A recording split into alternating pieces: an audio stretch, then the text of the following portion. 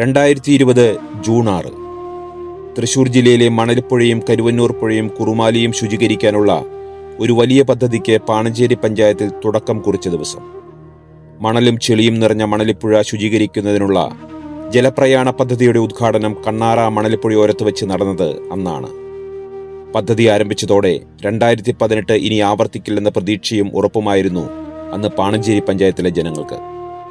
എന്നാൽ മറ്റു പല പദ്ധതികളെയും പോലെ ഇതും നടപ്പാക്കാൻ സാധിച്ചില്ലെന്നു മാത്രമല്ല, 2018 വലിയ പ്രളയമാണ് 2024 പാണഞ്ചേരിയിലെ ജനങ്ങൾക്ക് നേരിടേണ്ടി വന്നത്. 2018 വന്നടിഞ്ഞ ചെളിയും മാലിന്യങ്ങളും ഇപ്പോഴും പുഴയിൽ തന്നെയുണ്ട്.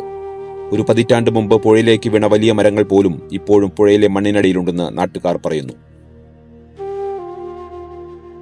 ജലപ്രയാണ പദ്ധതിയുടെ ഭാഗമായി ശുചീകരണ പ്രവർത്തനം തുടങ്ങിയ നാളുകളിൽ പുഴയിൽ നിന്ന് നീക്കം ചെയ്ത മൺതിട്ടകൾ പലതും പുഴയോരത്ത് തന്നെയാണ് നിക്ഷേപിച്ചത്.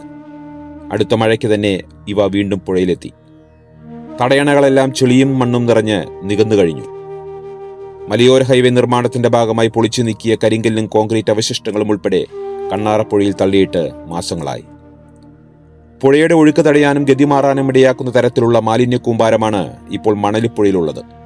എന്നിട്ടും ഇതിനെതിരെ ഒരു പ്രതിഷേധവും ഇതുവരെ ഉയർന്നില്ല. ആരിൽ നിന്നും ഒരു നടപടിയും ഉണ്ടായില്ല.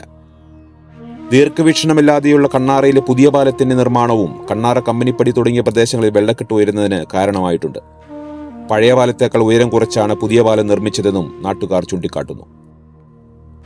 ഉത്തരവാദിത്തത്തോടെ പൂർത്തിയാക്കേണ്ട പദ്ധതികൾ പാതി വഴിയിൽ ഉപേക്ഷിക്കുകയും നടപ്പാക്കുന്ന പദ്ധതികളിലെ അപാകതകൾ പരിഹരിക്കാതിരിക്കുകയും ചെയ്തതിന് ഒരു മറുപടി കൂടിയാവുകയാണ് ഈ പ്രളയവും ദുരിതവും.